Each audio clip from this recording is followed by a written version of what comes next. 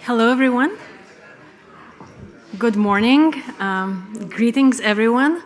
I trust you can hear me okay. Okay, that's great. So welcome, everyone who is joining us here in person. Welcome those who are joining us online. Good morning, good afternoon, good evening, everyone.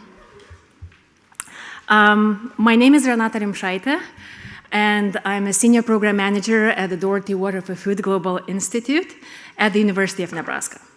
And today I have the pleasure of hosting the session titled Water for Food in a Changing Climate, Pathways to Adaptation and Mitigation. And today we are focusing specifically on system-level policies and partnerships. And I say today because, in fact, this is the second of 3 seminars, SIWI Seminars, that are designed to exploring the topic of agricultural water use and management for food production, with a specific focus on examining the tensions and trade-offs between climate mitigation and adaptation. The series is co-organized together with International Water Management Institute, Doherty Water for Food Global Institute, and Clarity Consortium, so big thanks to everyone who helped to put this together. During the series, we are exploring potential pathways to resilient and sustainable agriculture, where irrigation can reduce the risk in food security and increase profitability to farmers. So not just in the short run, but more importantly, in the long term. This means strengthening water stewardship to increase long-term resiliency in weather shocks, while at the same time seeking to implement climate mitigation strategies that help reduce greenhouse gas emissions, which the agricultural sector is the contributor to. This is a complex challenge, and it has significant implications for people across all sectors, regions, and scales. So all of us. But at the heart of it all, of course, are farmers. So our goal here is to learn from different context-specific examples and insights that could be adapted and scaled. Our first seminar in the series, we had it online on Sunday, explored opportunities through various examples of innovative technologies and agricultural practices. The speakers discussed both the synergy and contradictions in efforts to mitigation and adaptations through water interventions in rice systems, water soil management, and renewable energy. The speakers shared specific lessons learned specific to local contexts, and that included solar energy in Niger, irrigation as a service approach utilizing solar power in India, alternative wetting and drying methods for rice production in the US, as well as peatland management here in Sweden.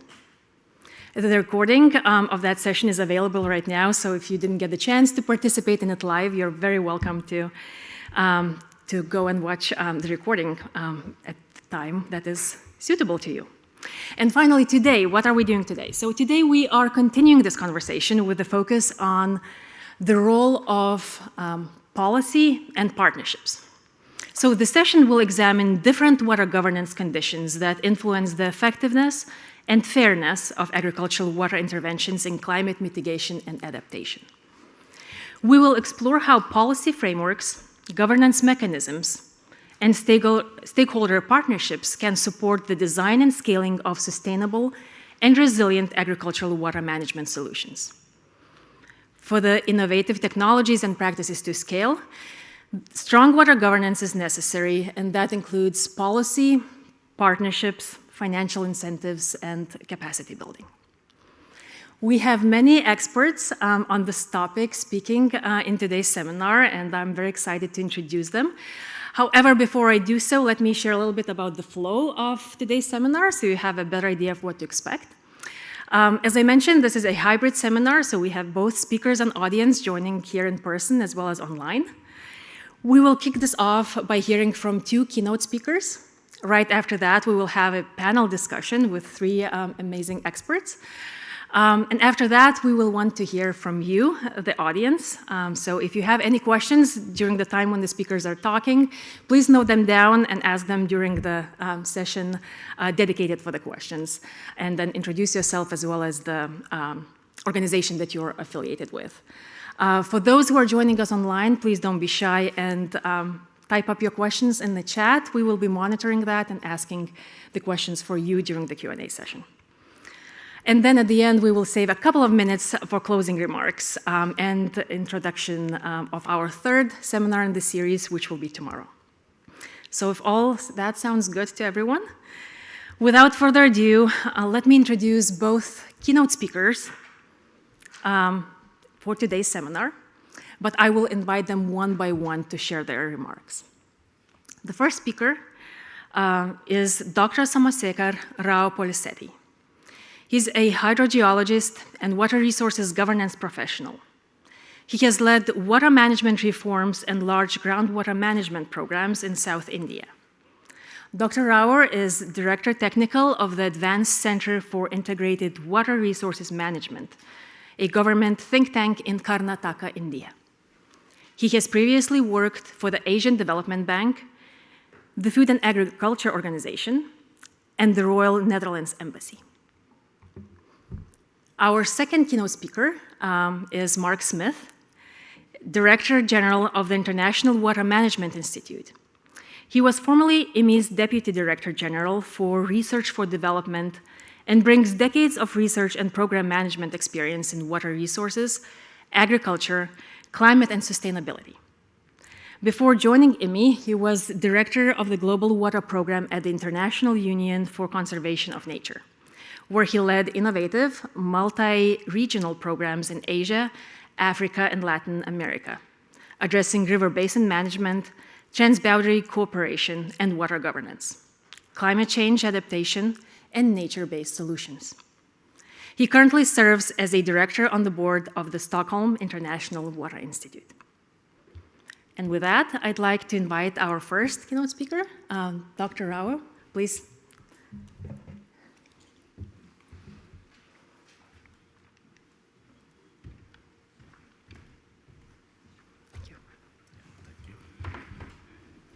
Good morning, everybody.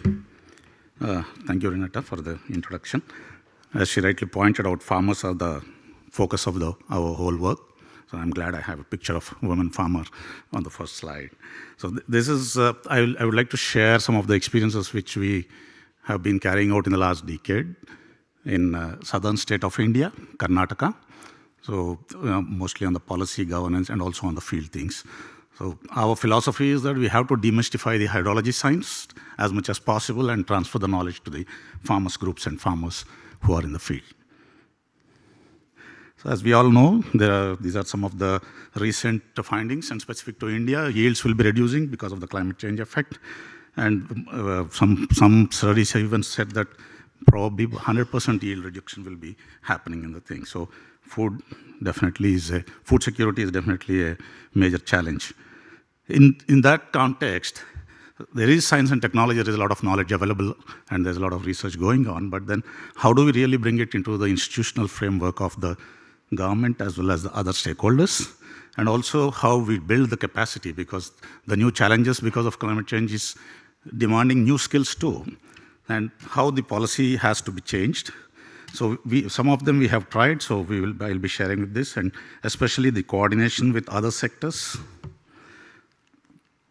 So these are the challenges which most of them know. So basically, every country is aspiring for economic growth. In India, especially, we have the target for becoming $5 trillion economy, and states are also developing similar kind of things. So our state, Karnataka, has developed something called $1 trillion economy in few years. So then there are a lot of industries like semiconductors and others who are really water-intensive industries.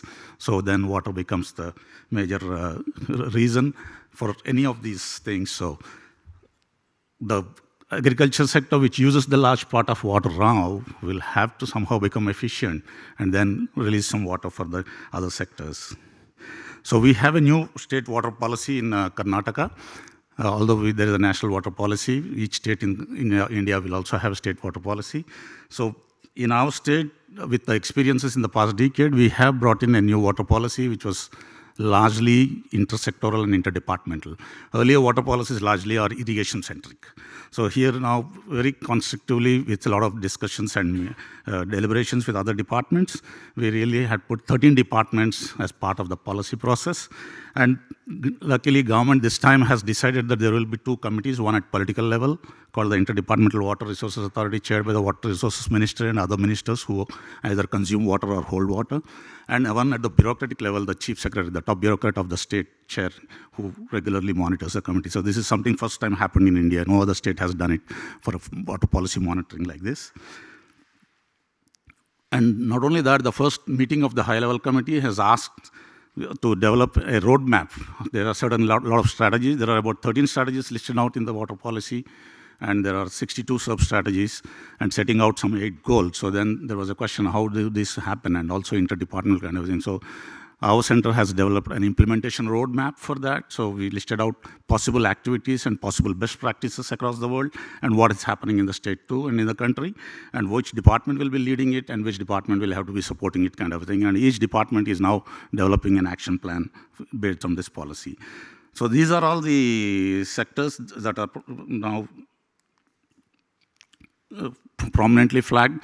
Earlier, it used to be irrigation and drinking water as the major priority, but this time, apart from the agriculture, there are fisheries and other sectors who really demanded that they should also be having focus because they are contributing a lot to the economy of the state. So government also has set up a new institution within the system called Advanced Center for Integrated Water Resource Management, which is where I am working. The departments are too busy with their own regular works and spending a lot of investments kind of things, so the other research works and the science support work is being facilitated by our department. So there is a specific mandate given for us. So we are a think tank for the state, and we will be getting all the experts on board. So we have the procedures to hire international experts and national experts easily rather than the regular departments. And we also try to integrate the work of every department from the point of water sector. And we are establishing collaborations with international organizations as well as national eminence institutes. And so these are the specific mandates which our institute is given, and that is the different compared to other departments in the state. So we have been focusing a lot on governance. So we have also been doing river basin planning for the first time in India. And earlier, the planning process was irrigation project-centric. So now we have trying to upscale it to basin planning. And we have tried with one of the basin called Tungabhadra sub-basin, which is part of the larger Krishna basin. So that almost 1/3 area of the basin falls in our state, covers the state area. So we thought that's important, so we tried few things there. And we have reviewed all the laws and the acts that are in place, and there are about 26 acts that are governing the water sector in our state. Some are national federal ones, and some are like our own state ones. And while doing this work, we also had set up a water data portal called Water Resource Information System. And so these are all become the key elements in driving the whole reforms approach. So this is a snapshot of the dashboard of the water data portal. So we have collected all the water-related data in this, like from stream flows, reservoir inflows and reservoir volumes, then the groundwater data, and also the usage. We are trying to capture how much urban sector is using and rural sector using and everything. And some of them is in public domain, and some of them is still in the process to get the public domain. So these are all the various data points that are available in this portal, and it's updating every week. So some departments are investing a lot with now new equipment and new real-time telemetry equipment. So it's continuously changing faster. And at some point, we will be aiming to get it as a real-time water data portal kind of a thing. So as I mentioned earlier, the capacity building has been a center of focus for us because we have brought in a lot of new technologies and new elements like remote sensing application for water resources, something new in our government setup, and also the river basin modeling kind of a thing. And for irrigation modernization, we wanted to move from just the civil constructions to the more comprehensive way of approaching the irrigation sector. So we have partnered with several people, and we have been investing a lot in the capacity building. And for our departmental engineers, we have entered into MOU with prime institutions in the country wherein our people will be deputed for master's degree for a 2-year period, and they will come back and work in our office. So irrigation modernization, we are focusing on water use efficiency as well as crop water productivity. And this is one example where a canal command area called Tungabhadra, wherein we have done the water productivity assessment using remote sensing in partnership with IHE Delft. So we clearly brought out areas which are highly productive and which are medium productive and which are low productive. And so this has been something an eye-opener for even the agriculture department. So we are now included this into the policy too, so that the government agriculture department not only measures in the land productivity, like quantity produced per acre or per hectare, it has to be per volume, per MCM of water or something like that. So we will be building the capacity of the agriculture department also to do more on that. So in the river basin planning, we have been doing a benchmarking of the basin situation right now. That's what we call it as the river basin profile.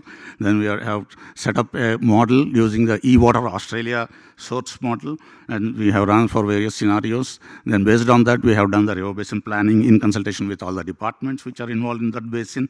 And we specifically also looked at the institutional aspect, whether the current departments or current agencies would be able to really cope up with it, or we need to have a different kind of a setup. And as part of that, a river basin organization is needed or not, it's also discussion that is happening in Karnataka state. On the governance part, as I mentioned, we have reviewed the entire setup of rules, acts, and the process that is available. And while we built up the water data portal, we also realized that every department is having their own kind of a data collection methodology and even data standards. So now we have made a study and brought out something called how we further standardize using the WMO WaterML 2.0 standards, and how every department will subscribe to it, and that will be a future path kind of a thing. And as part of the high-level meetings, the discussion has also come up for a water law. So for climate change, we have been specifically doing an assessment from the water sector point of view, although there is a separate assessment for all the sectors. For water sector specifically, we have been doing assessment for this. And partnerships is one thing we have coordinated. We have been partnering with international institutions and national institutions. And at the end, we also trying to set up something kind of a water security index, wherein we can track the health of the water sector, wherein it covers all the sectors related to water. Thank you very much, and these are some of the publications which are available on the website. Thank you.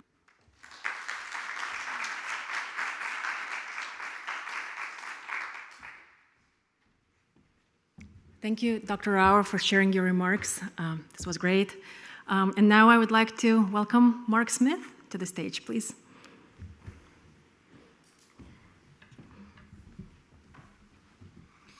Great. Thank you so much, Renata. Thank you, Dr. Rao.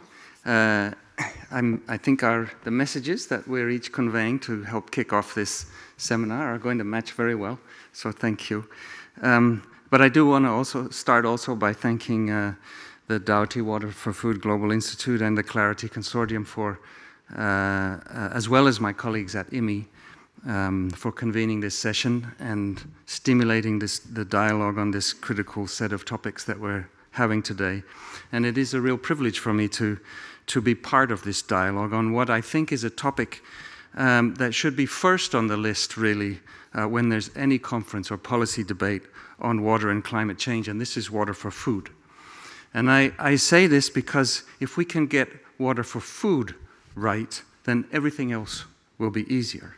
It will create new and larger solution spaces for water security at large, which in the future where water management is going to have to, or is now having to, navigate that kaleidoscope of complexities of ecosystem change, land conversion, energy transition, climate adaptation and mitigation and their trade-offs, and deep uncertainty. Having a larger solution space for water security is going to be a boon to what we're all here for. So let's make sure that we focus properly on water for food. The reality, though, is that water for food is all too often treated as a technical problem to be solved on farms, rather than the set of complex policy dilemmas that it is. But fortunately, today, this morning, in this session, we're going to be working on changing that. So today's session, as Renata had introduced, is exploring some themes around integrating themes and questions around integrating water and food and climate that are not asked nearly enough. So I really welcome today's session.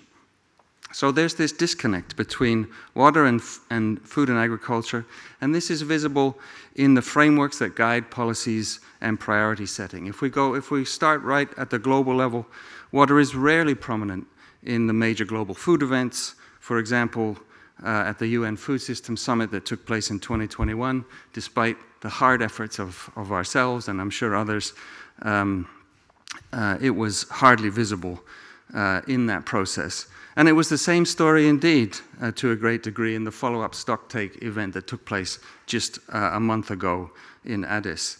And then at the 2023 Water Conference, the UN 2023 Water Conference, where I'm sure lots of people in this building today were present at that conference, was the agriculture sector really present in New York in that week? Well, not really, right? And the evidence of that is that the Water Action Agenda that emerged out of that process has some 800 plus commitments, and only some 12% of those commitments are to do with water and agriculture, despite the centrality that has for the future of water and for the future of food.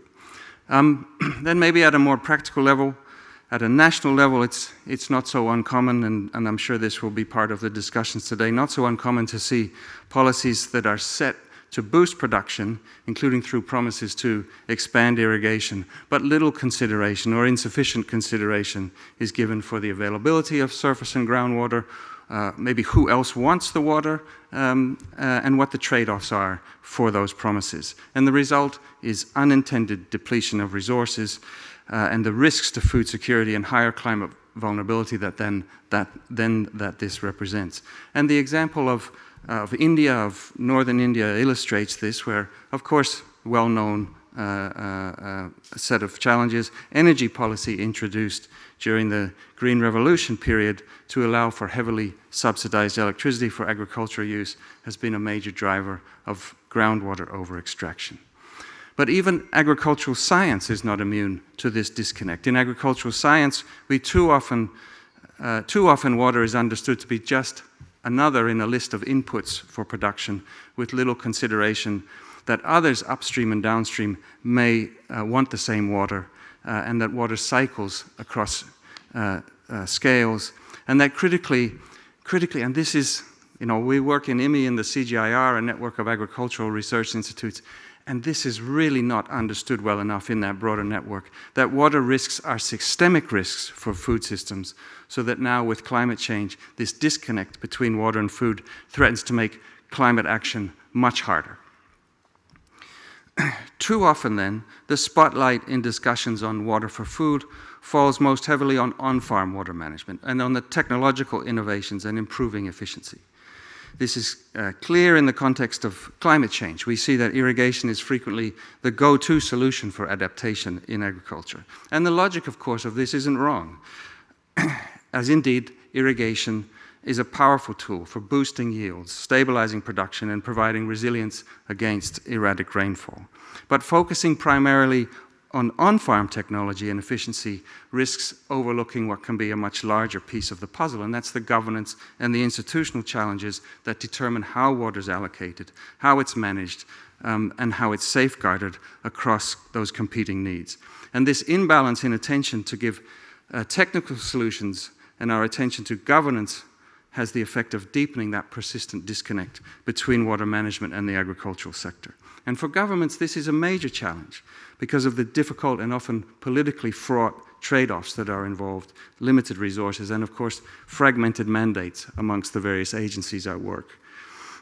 That is then the context in which we seek to address the linkages between water for food and climate action. Water risks driven by climate change threaten future food security, therefore putting water unavoidably at the core of climate action in agriculture, both for adaptation and for mitigation. On the adaptation side, improved water access through irrigation, water harvesting, or better water storage can safeguard crops against drought. But alongside that, ensuring inclusion and gender equality in that access can safeguard the most vulnerable people. On the mitigation side, choices in how water is managed affect how progress in cutting emissions is achieved through applications of renewable energy in agriculture. I'll do my best. Or through, for example, higher productivity in irrigated systems or rain-fed agriculture as well, that reduces pressure on ecosystems and emissions from land use change.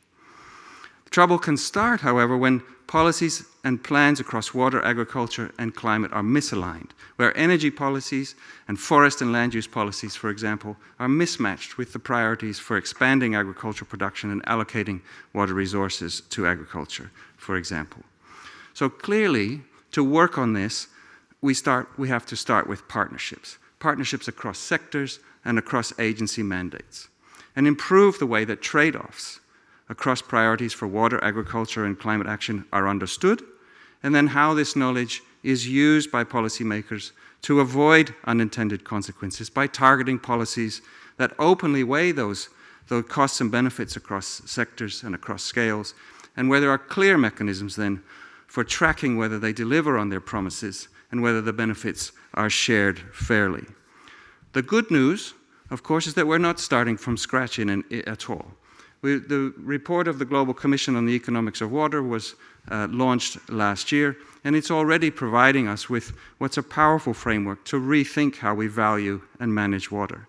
It made this call to launch a new revolution in food systems that has at its heart the challenge of closing that disconnect between water and food and agriculture, to get ready for the future that's coming, to expand those solution spaces for water, food, and climate action.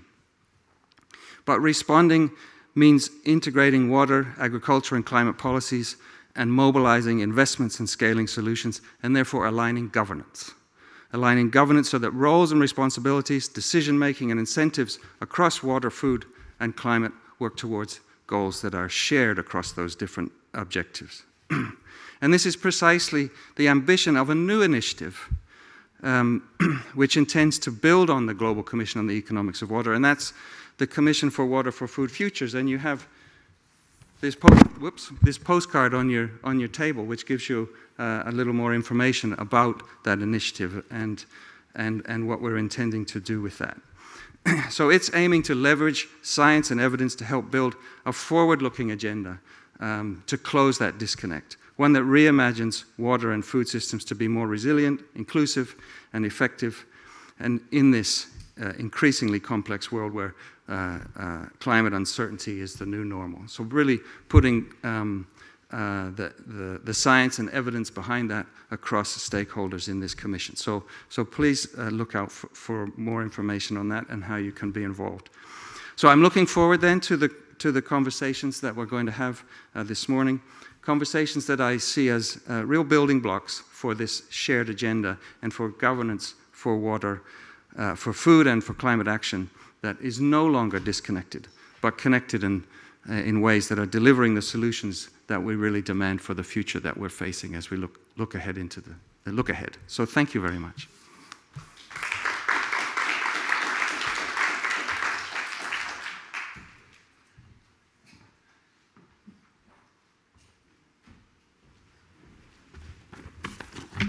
Thank you so much, Dr. Smith. These were great points, great challenges pointed out around the disconnect and the need to focus on linkages. Really appreciate great examples on the India region as well as higher level. So give another round of applause to our keynote speakers, please. And now I would like to introduce my colleague, Richard, who will be introducing our panelists and moderating the panel discussion. So Richard Taylor is a professor of hydrogeology at University College London. And here you go. Okay, great. Good morning, everyone, and both everyone here in the room and everyone online. And they made it easy for me here. I can see who to introduce. So we are being joined online by Tilahan Ahmedi, who is the Director of Climate Change, Sustainable Productivity and Resilience at the Alliance for a Green Revolution in Africa, AGRA. We're also joined today also by Anne Hayden, who is the Vice President of Resilient Water Systems at the Environmental Defense Fund. And please, you can take a seat. And also Nicole Silk, who is the Global Director of Freshwater Outcomes from the Nature Conservancy. So welcome to you all. I suppose before we move on and around this discussion around cross-sector collaboration and inclusive scaling of interventions around adaptation and mitigation, I was wondering whether each of you could offer your insights and reflections on our two keynote presentations. And perhaps we could begin with you, Tilhan Ahmedi. If you could give a few minutes, if you could give some reflections on the messages from your perspective that we heard from our two keynote speakers. Yeah, good morning, colleagues. Good morning from Nairobi, Kenya. I hope I'm audible. Yes, we can hear you. So, yeah, thank you very much, keynote speakers, Dr. Rao and Dr. Smith. I think these are very, very important issues that we all face, particularly in Africa.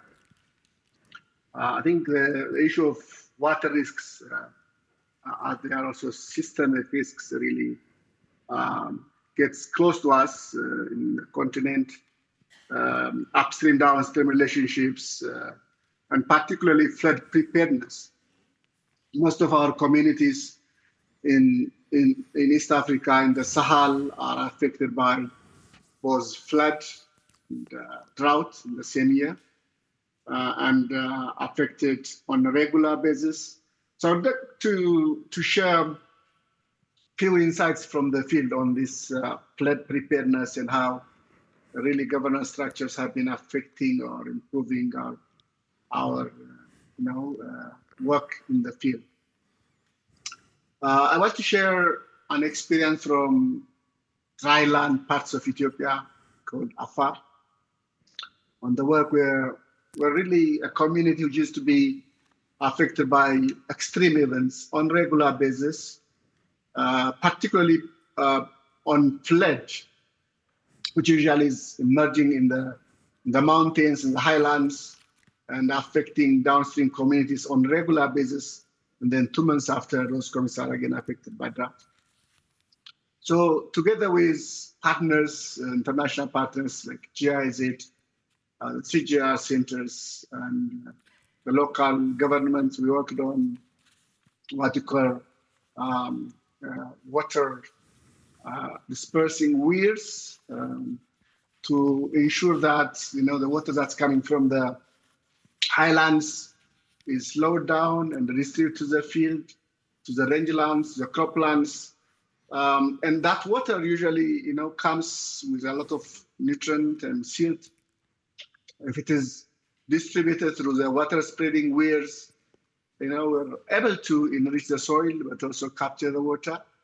And in 3 years' time, we're able to, improve the landscape, but also produce a lot of food for both the communities, but also it's a lot of feed for the pastoral systems. And in normal cases, that system is a free movement area for livestock. But we brought in, the local leaders, the local governance systems, particularly clan leaders and chiefs and chiefdoms, to first understand what is happening in that system. How do we really, keep livestock out of the site for a limited period of time until recovery, but also mobilize communities to work on it in the field, free labor, and then at the end of the day, share the benefits, but also the costs. So they employ their own bylaws, which are enforced by the local leaders. And then we brought in different tools, like the remote sensing tools, predictive tools, to see where the water is getting together, accumulated, and force before it becomes disruptive, and then put the wheels at the right time. Brought in different partners, mainly the Ministry of Agriculture, the local parliamentarians, the local institutions, community leaders together. But also, bringing in young people on board and train them in workmanship, in building some of these water spreading wells and bands. And at the end of the day, we were able to recover almost 300 hectares of abandoned land per year. And we identified about 1.2 million hectares of land that could benefit from this type of intervention. Okay. But what really matters most is, one, the systems which are pastoral and agro-pastoral, they have traditionally a fair distribution of resources in their culture. So they're sharing feed resources even for communities who are residing far away. We're able to improve access to watering points, and they were also sharing those ones.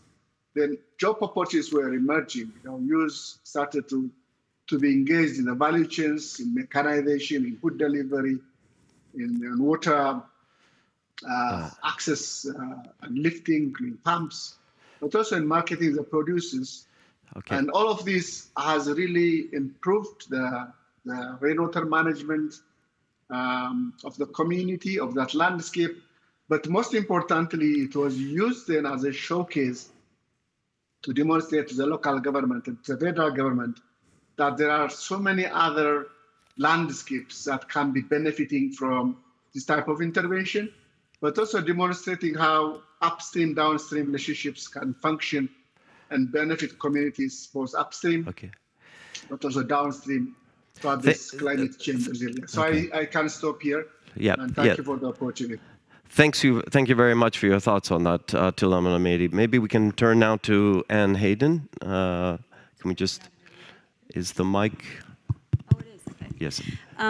First of all, thank you so much for being here. And just out of the gate, I'll say the insight shared from the previous speakers really resonates with how we at EDF think about water resilience and the linkage to mitigation. So for those of you who are less familiar with Environmental Defense Fund, we are an international NGO focused on addressing some of the world's most pressing environmental issues by bringing together policy, economics, science, along with partnerships. And one of the key issues that we're addressing is trying to build water resilience. So our water program is really focused on rebalancing our agricultural water systems so that we can have enough water to support sustainable agriculture, thriving communities, and ecosystems long into the future. And we have a particular focus on groundwater. It's that part of the system that's been largely ignored, mismanaged, out of sight, out of mind. Yet, half of our world's food supply depends on groundwater, and we're using it 4 times faster than we can replenish it. And we have over 2 billion people who depend on groundwater for their domestic water supply, and it underpins the health of our rivers and streams. So it is a critical part of our water system.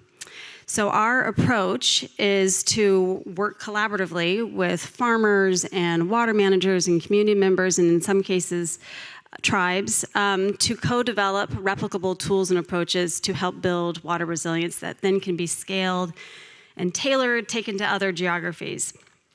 We kind of come at groundwater management through a holistic and integrated lens. So this is where it really resonates from what I heard, particularly from Dr. Smith, of needing to look at really bringing 4 key components together if we want to achieve groundwater sustainability. That is, first, we need to have good data and science. We already heard about that. That really underpins the understanding of our groundwater aquifers. You need to have that as a foundation for how we manage these systems going forward. As we all know, we can't manage what we don't measure. 2, we need to have really robust and inclusive governance and policy mechanisms in place. We need to have someone, an entity, overseeing how these groundwater aquifers are managed, and there has to be accountability and enforcement. 3, we need to have inclusive community and, in some cases, tribal engagement. That is a big issue in the Western U.S. where we work. And in many cases, these communities have been left out of water decision making, and they are disproportionately impacted by water decisions. So we need to have a place at the table for them. And then fourth, we need to have sustainable funding to implement these solutions into the long term. Both public sources of funding and private funding. In the US, we've been pretty successful on unlocking state funding. We are managing expectations on how much funding we're going to be able to get from the federal sector. But we know how to do it at the state level, and we know that there's an important role for the private sector to play in terms of investing in water resilience so that we can reduce risk to the supply chain and other reasons. I forgot to mention the scope of our work. We are largely focused in the Western US. We work in 7 key states that are facing huge, significant water scarcity issues. And we're working in India, including Karnataka, as well as China. And so a lot of the work that we're doing in the Western US is kind of setting the stage for, again, how we can replicate integrated, holistic approaches that we can then take to address these issues globally.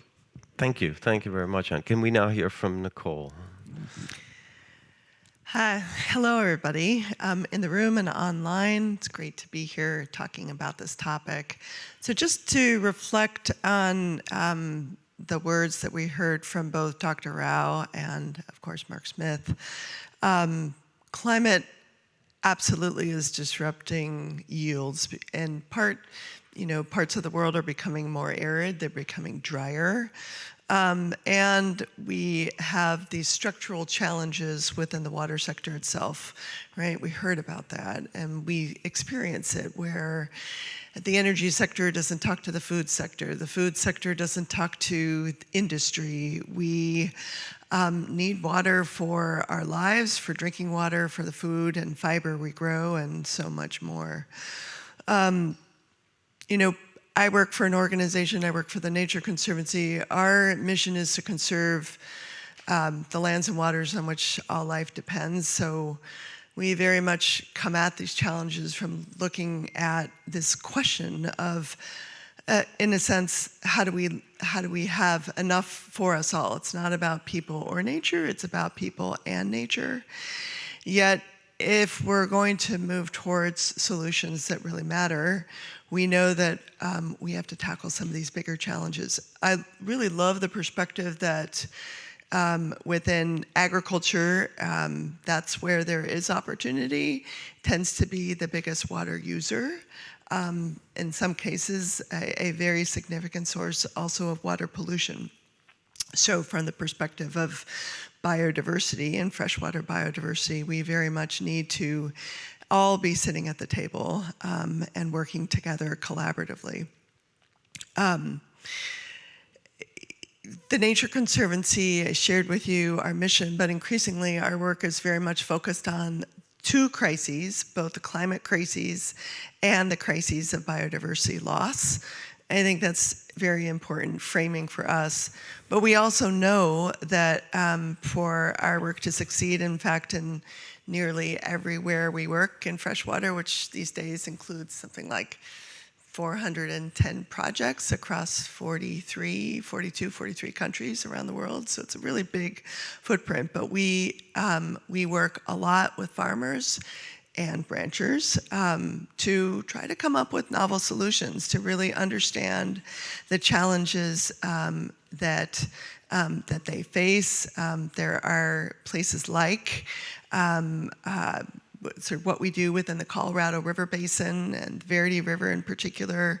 I'm thinking about solutions where we're not only looking at working with farmers towards crop switching, moving towards crops that use less water or have a water footprint themselves that relies on water during times of the year where perhaps water is more plentiful.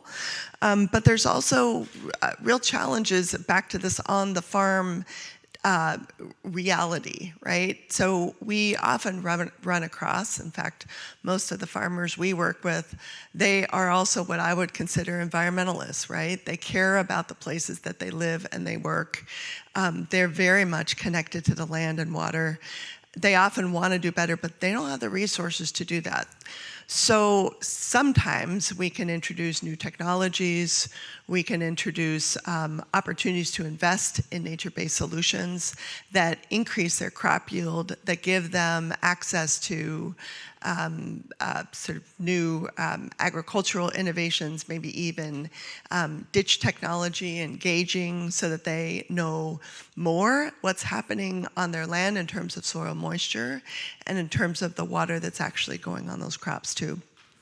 I introduce those examples, some of them are from the Verde, but when I look at the Norfolk Water Strategy Program too, that is a place where you think, okay, we're in England, it should be water rich. Well, it's not. It's also a place that's drying, where there's low flows, where there's challenges of water availability, where, as we would say in the West, water's over allocated. They say over abstracted. It's the same thing, right? Yeah. It's the same thing. So really thinking about how do we work together to improve the returns of water back onto the land by investing in nature-based solutions.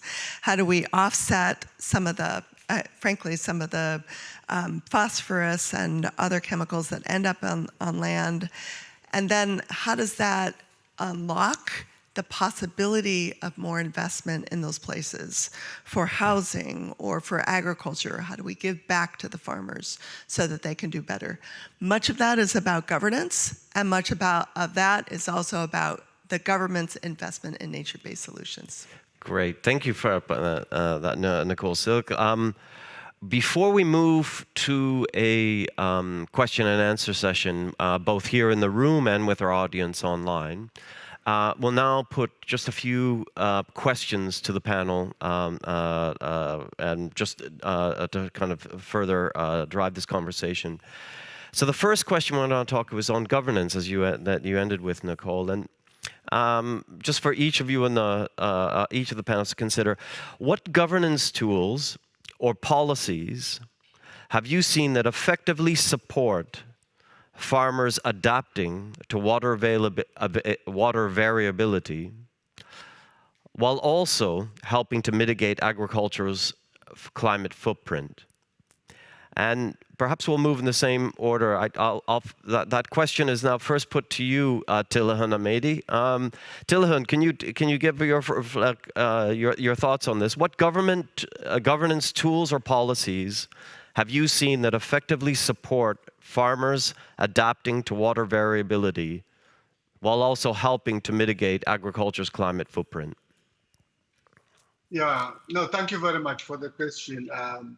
From our experience in Africa, in Agra, I can mention at least two cases where, if you see the Sahelian region in West Africa, where temperature is very high, droughts very apparent, so it's usually sandy, so really a recurrent drought place, where governments invested on small reservoirs, really like the tanker system in India.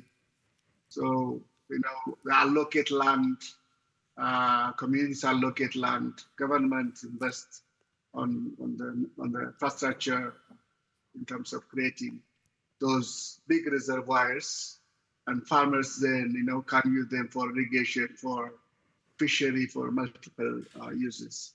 And that, I think, our colleague in the panel also mentioned about the need for government investment in nature-based solutions. Really, government investment in basic infrastructures has allowed many communities in the continent to benefit from improved water management, water access, and minimize the risk of climate change. Another example I would like to mention is in Ethiopia, where governments invested hugely for at least 20 years in natural resource management, in land and management, water conservation, funding, and that started to now help communities to have more water downstream, which could be used for irrigation at the same time, rehabilitated landscapes upstream, improved crop productivity, improved upstream downstream relationships at the same time, improve landscape level, productivity at this scale. So these are probably two examples I could mention where government's investment and policy really helped to minimize the impact of climate change. Thank you, Tilhan. And you? Thank you. So I'm going to focus on an example that's really around building water adaptation, but there are some mitigation co-benefits, and that's from my home state of California. After decades of overuse of groundwater, really due to kind of an expanded agricultural footprint, also shifting precipitation patterns, which has led to less reliable surface water supply, a lot of focus and dependence has turned to groundwater. And we've reached a point where there's been massive overdraft of our groundwater aquifers, and that's led to land subsidence, land sinking, which has impacted infrastructure. It has dried up wells. Rivers in some places have lost their connection to groundwater, so they've gone dry. This led to finally California in 2014 catching up with the rest of the West and passing legislation to finally mandate groundwater be managed and be sustainable by 2040. Actually, my colleague Maurice Hall here was involved in helping to shape the legislation. What has been really critical about making this governance framework be what I think it has a huge potential to be a model for other places, not only in the West, but globally, is that it has a few important characteristics. There's local control. So groundwater is a local resource. It was very, very important that local entities be in charge of managing that resource and being able to have some flexibility of how to figure out how best to meet the mandates of the legislation. There is a state backstop, I should say. So if those local entities are not able to comply to the satisfactory of the agencies, then the state will step in. And we're actually starting to see that a bit.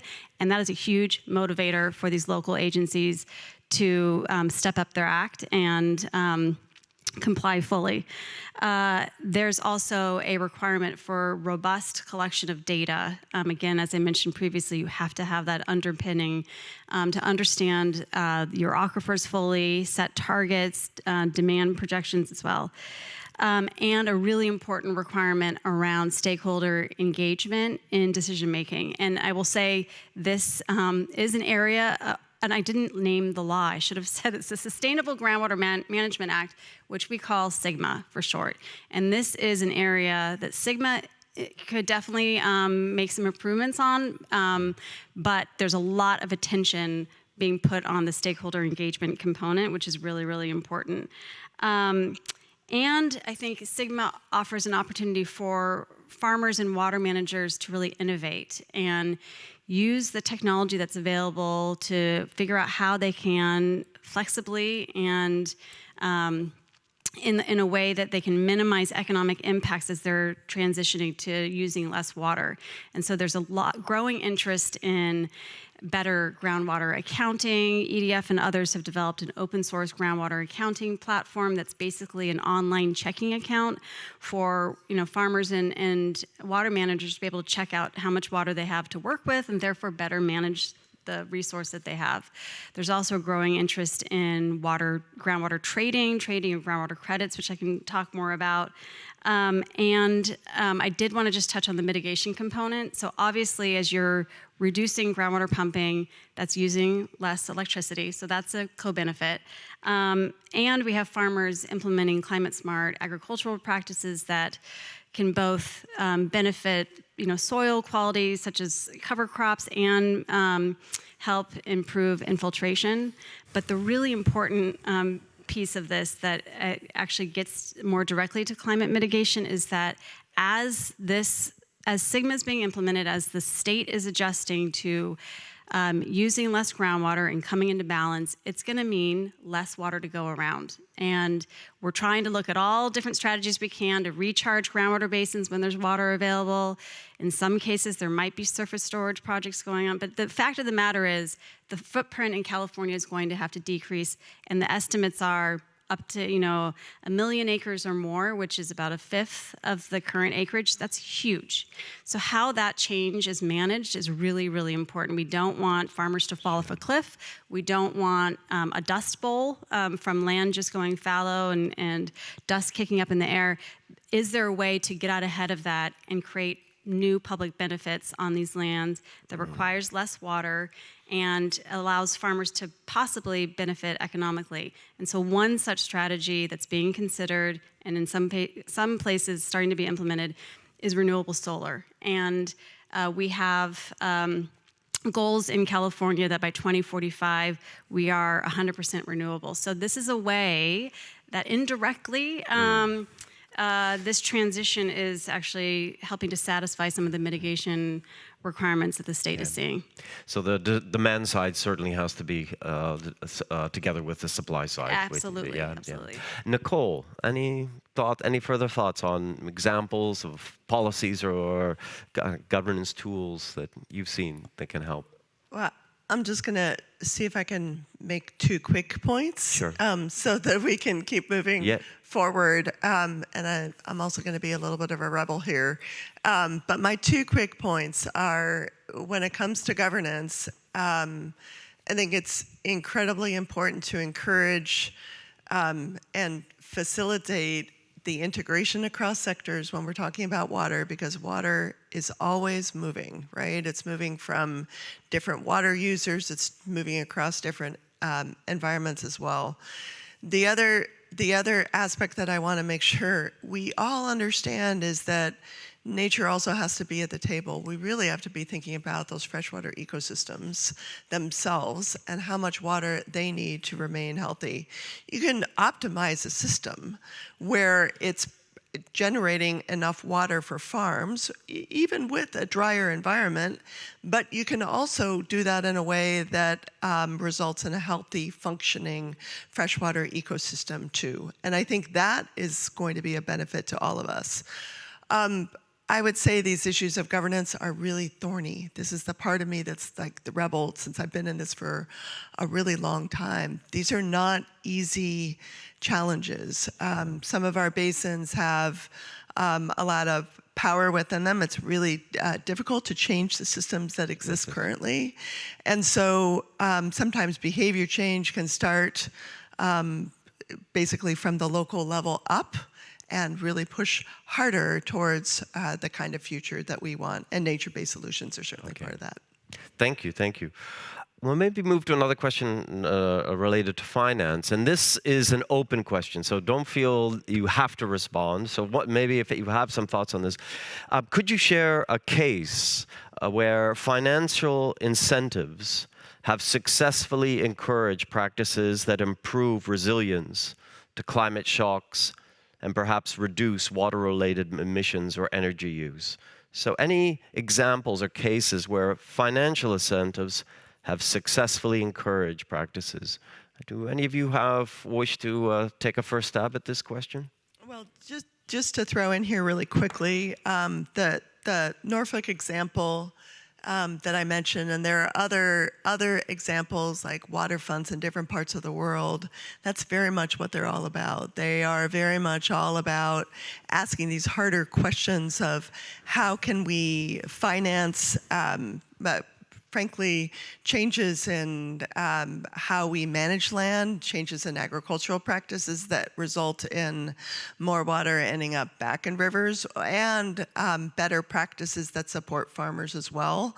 So that model really looks at who are the beneficiaries of the water, and then considers, well, what could be a financial arrangement where those beneficiaries are basically supporting nature-based solutions actions that are further upstream that result in benefits that flow downstream. So just to plant that seed with all of you, I think that is the future. We need more of that financial innovation, but it comes in all kinds of different shapes and sizes in different parts of the world. And sometimes that's refinancing of sovereign debt too, right? So there's all kinds of variations of this. Okay. Thanks, Nicole. I actually am going to Tilahan, did you have some thoughts you wanted to share briefly on this? Yes. Please go ahead. Just briefly. I think one thing which we have seen helping communities to adapt is, having the initial investment be shared or covered by, external bodies, including governments. Some of the initial investments are huge. If you, for example, consider irrigation, small-scale irrigation, the initial investments in developing an irrigation scheme is huge. Farmers and communities are then willing to share the cost afterwards in managing it sustainably, but the initial cost is a disincentive. So you see farmers usually are responding positively and overtaking the responsibility and managing it well, as far as that initial cost is shared by others. Like that's okay, great. Thank you very much, Tilahan. Did you? Yes. Quickly. Good. I'll try to be quick. So I did briefly touch on this issue of the land use change that is coming as we're dealing with water scarcity. I think it is something that really, we're going to be seeing this globally, and what we're starting to model in California is a really important example of how to do this potentially in a way, again, that can help minimize the impacts to the farming community and address the communities that depend on agriculture and what they want to see as this landscape changes. We have to be integrating water and land use management together. And so the program is called the Multi-Benefit Land Repurposing Program at the state of California. And what it does is kind of a companion to SIGMA. As SIGMA is being implemented and pumping's decreased, we know land's going to go out of production. This program is there to provide block grants to these groundwater agencies to plan for the land use change and create, again, these new uses strategically. They can include habitat restoration, upland habitat that doesn't require water. It can include recharge basins, solar, community recreational spaces. And it also allows the local agencies the discretion to provide an additional incentive to farmers if they really want to motivate a particular farmer to line up some of their land in a way that can create a habitat corridor, for instance.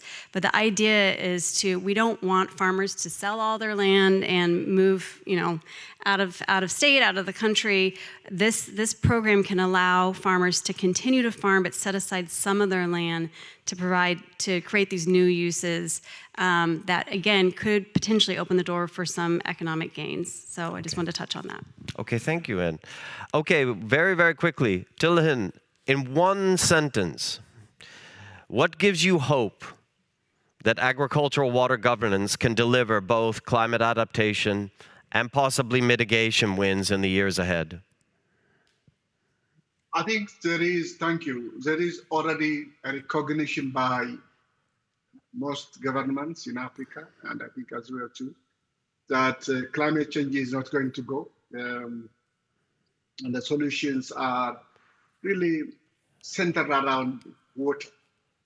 So there are increasing calls for investment in water management, in water infrastructure, and I think agricultural water management, both rainwater management and surface water management improvement, including improving crop water productivity and irrigation efficiency, are, I think, the future, and that's by itself cannot solve all the problems unless we link farmers to market, but also address the issues of land restoration, reclamation, and watershed management at a scale. But in general, water is a central point to solve I think, largely to solve the problems of climate change in most countries in Greenland. Thank you, Tilahan. In a very quick one sentence, Anne, what gives you hope? What gives me hope is that, I mean, as you've heard today, models, their demonstrations exist of how to do this, and there are people motivated to do it. So I'm hopeful that the momentum is only picking up to scale these types of approaches to get to the most effective outcomes. That's it. Super. And Nicole.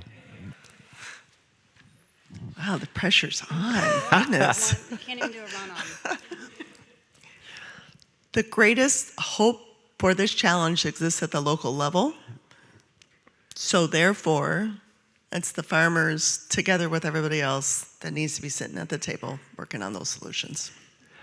Thank you for that final word. Now I'm going to hand over to Renata. I believe is going to now run the Q&A session.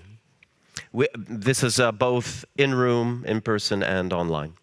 Yes, thank you, Richard, and thank you, everyone. Yes, questions from the audience. This is the time.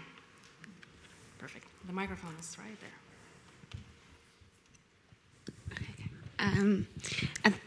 Hi, my name is Mahlatsi Nkosi.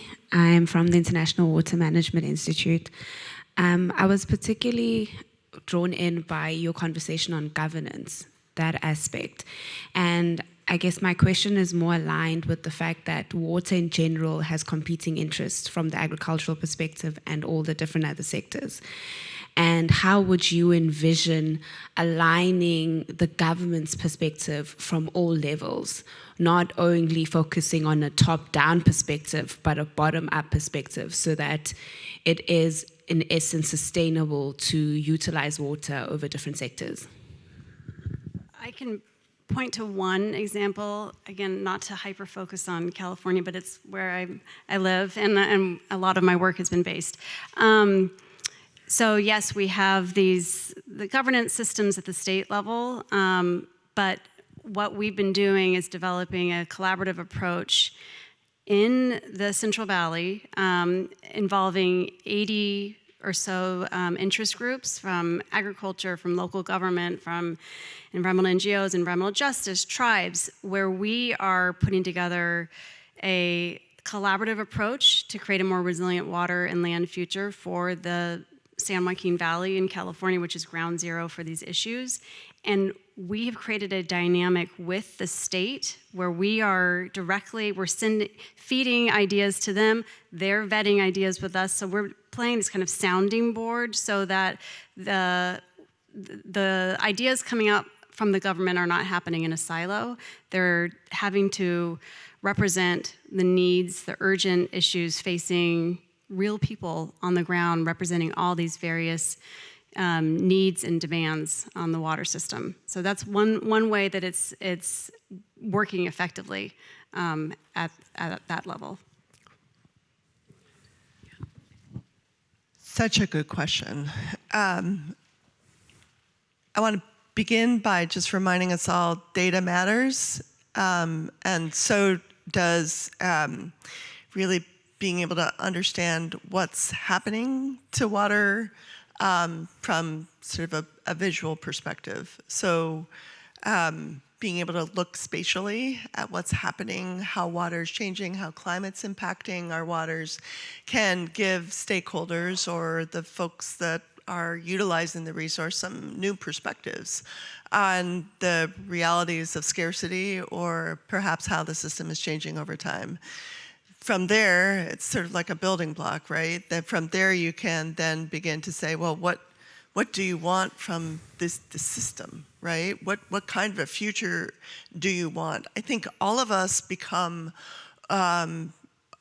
overly focused on our own personal interests until and unless we can see a vision for the future that's bigger than ourselves and that also represents the whole. So, my own personal self-interest may be this small, but when I'm pushed into a room to say, yeah, that's the future that I would like to go towards, it really opens up a whole new suite of possibilities that allows you to then be able to craft that governance system that makes the most sense for your watershed, and for your basin as well.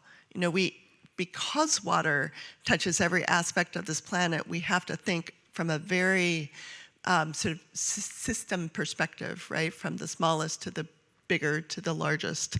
And it's only when we get to those larger systems do we really get into the place of, I think, significant creativity. Great. Thank you, Nicole. I saw there were more questions. Hi, my name's Alex Gerard. Excuse me, Tilahan, are you indicating you'd like also to respond? Yes, just briefly. Oh, sorry. I think one thing which I would like to add is that, Sorry. you know, we, for minimizing competition and improving water productivity at a scale, I think we need to demonstrate and showcase how it works. Okay. So if you have really a context-specific action where we demonstrate that success in that locality, in that country, together with partners, there is a very high hope that people move from single use to multiple use of water. And there has been cases where really water resources are used for hydropower, for fishery, for agriculture, where really it is viable. Thank you. Thank you. Go ahead. Hi, my name's Alex Gerard. I'm Executive Director of TAIENI, which is a Malawian agricultural NGO. I have a quick comment to make and a related question. Yeah. In Africa, and particularly in sub-Saharan Africa, smallholder farmers represent the largest percentage of land managers across the board. And so they obviously do need to be at the table for every conversation. We've talked about recharge, but we haven't talked a lot about rainwater recharge, which is very critical with the smallholder farmers. My question is, so in Malawi, we do have governance. We have a Vision 63, which talks about catchment management and about the critical role that plays. But there is no proper connection between the governance and the delivery. And in fact, our charity is the first one to start a catchment management program, supported by SIWI, actually. How do you see your roles in connecting the governance that might exist and might actually be in place to actual action that works on the ground and isn't relying on small NGOs to necessarily be the catalyst for that? Yeah. Given the context, Tilahan, did you hear the question? Yes, okay. Yes. In fact, yeah, I can respond. So my institution, AGRA, has a very strong presence in Malawi. We work very closely with governments. And I think up to now, most of the push, as you know, is about value chains, about crop productivity, fertilizer use, and very limited investment in water. So I think that initiative in terms of rainwater management, recharge, and catchment management is something new in Malawi. Although it's very important because of the repeated and the recurrent extreme events happening in the country. So the issue is, do we have something to demonstrate again to the government that this is the approach we need to follow? And that's really where I think we all have to work together to make sure that there is something, a viable case. For example, in Shire Valley, I know that we really can, by doing this, we can bring about this change, and the governance mechanism has to be like this. So more of a business model. And I'll be keen to interact with the colleague on how we can work together. Thank you. Thank you very much. I'll be in touch. Thank you.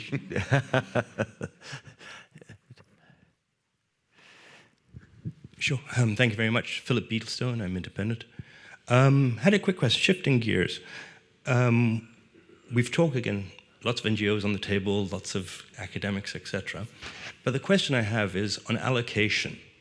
Again, if you look when the allocation of all these basins was put forward, it's a long time ago. Now we've had climate change, increasing pressures, and in case I'm a groundwater person, there's actually been not very much allocation of knowledge of what the aquifers are. But in farming, it's being used. But how can we actually look at the allocations and water rights from a government perspective? The next question I have is, we talk about the economic value of money, of water, but there's a huge disconnect between actually the amount invested by governments in water management and actually in understanding the analysis of the systems in which you work, that again, we are actually doing stopgap measures with TNC, WWF, SIWI, or others. So my question would be is how do we change the paradigm to actually get the government to be invested in water management actively and to have the ability to come to the table and say, we need to change our actually allocation. That is where our problem is, and our priorities, be it people, be it the environment. Again, I think you need the healthy environment in order to produce the water that we need. So my question to you is, how do we change that paradigm? Do you have ideas or good examples? Small question.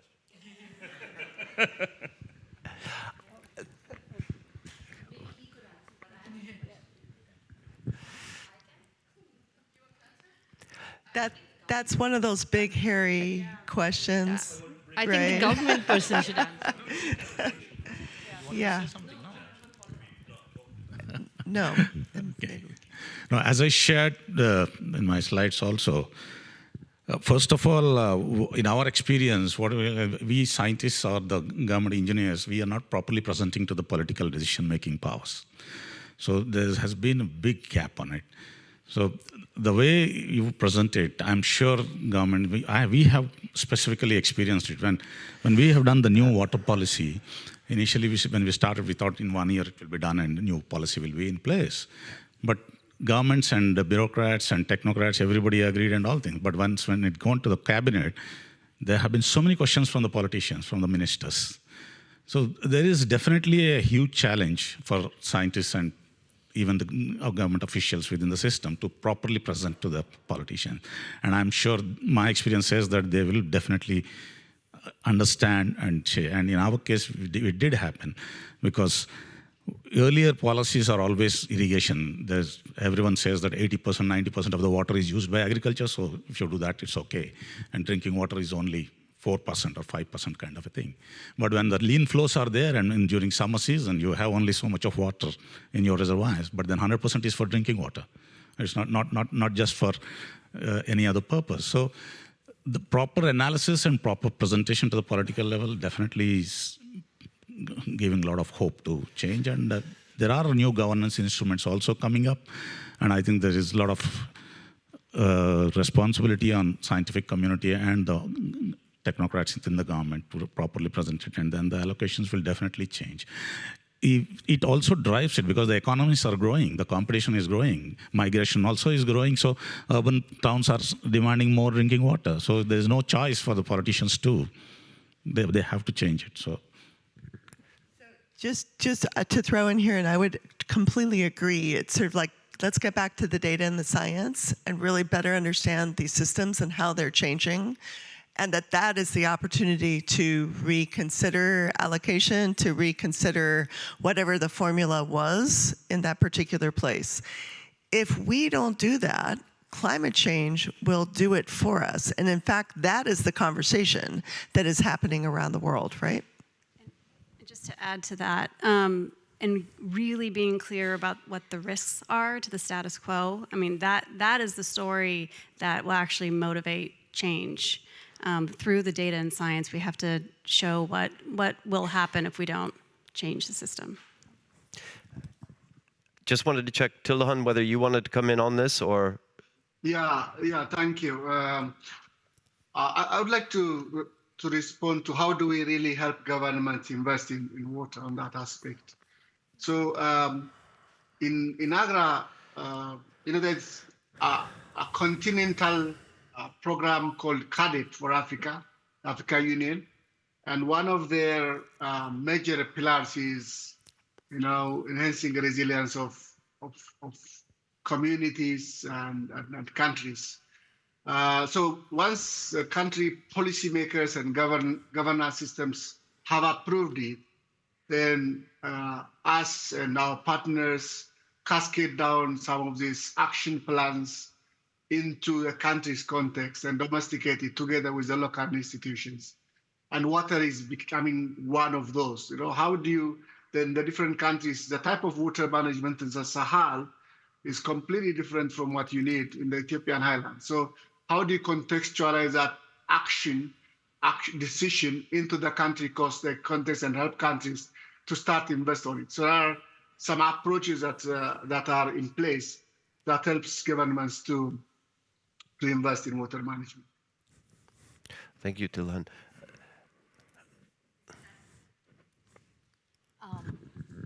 Hi, I'm Veena Srinivasan, and I represent Well Labs.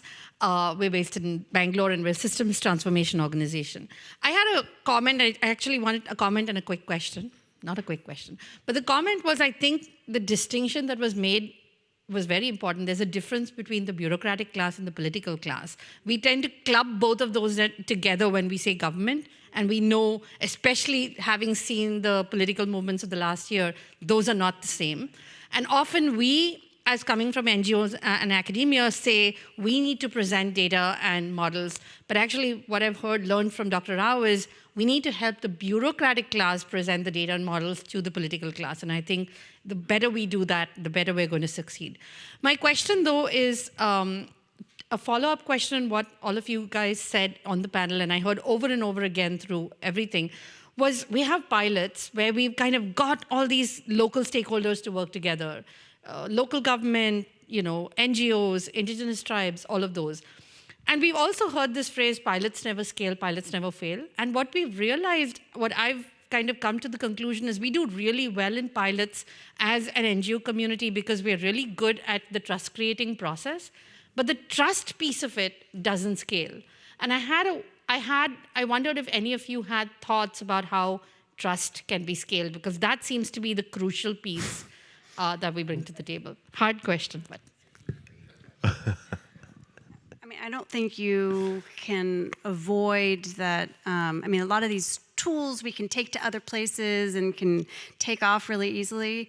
No matter what, where we work, we have to be building trust at the local level. And so that takes time. I mean, I didn't go into that, but that is like central to what we do, is spending time to understand perspectives and to bridge gaps between different sectors. So I don't have a good answer other than like you can't expedite the trust-making process. That if you don't get that right, everything else fails. So, but I don't think that means then we can't have scalable solutions. It's going to take some time. But I do think one way to possibly pick it up is that having peer-to-peer learning happening, so having agricultural partners from one region be communicating how this has worked in, where they are communicating how it could work in another region, can, I think, pick up the pace somewhat in terms of not starting from scratch. So that's one idea. I love this question. In our world at the Nature Conservancy, we think about this a lot. Conservation can only proceed at the pace of trust. And yeah, you're right. Like, it's easiest when you're working in close collaboration with potentially people on the ground or with close partners. The examples that I've seen where you can move faster with scaling all have to do with partnerships where somebody else in the partnership has that trust within their sector or within their next leap. So that's part of the sort of special sauce that I've seen in different parts of the world. It's really important, and I think it's the only path forward, because without trust, there's just no path, right?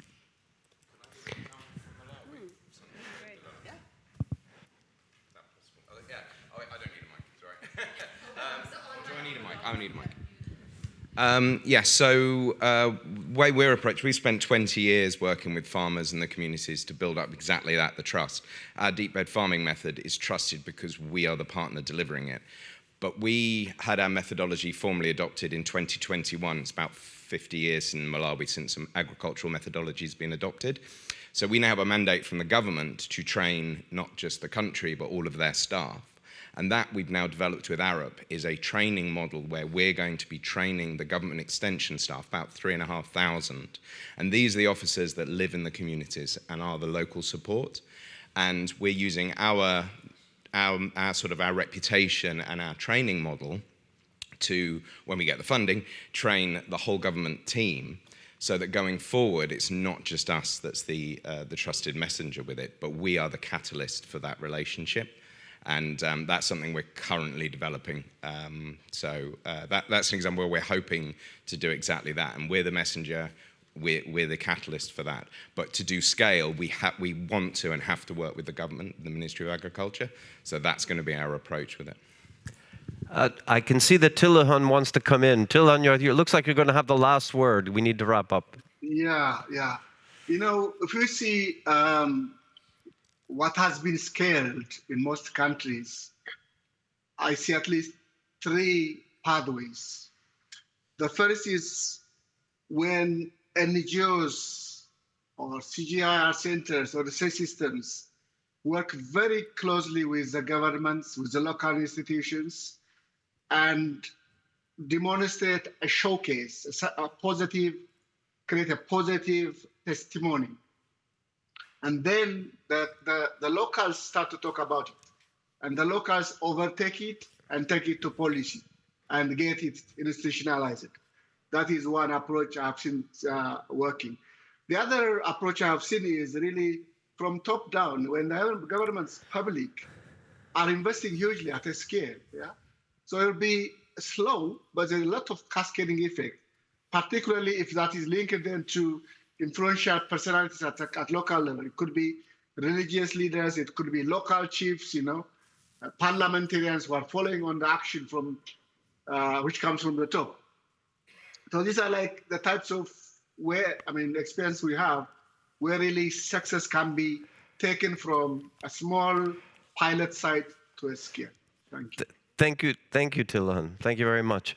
Over to you, Renata. Thank you, Richard, and thank you, everyone. Unfortunately, we're coming to an end. So thanks again, all the panelists. Thank you, Richard, Anne, Nicole, Tilahun. And with the remaining time, I'd like to invite our last speaker for this session. So let's welcome my colleague, Nicole Lafour, Associate Director at the Dorothy Waterford Global Institute, to share some closing remarks. Welcome, Nicole.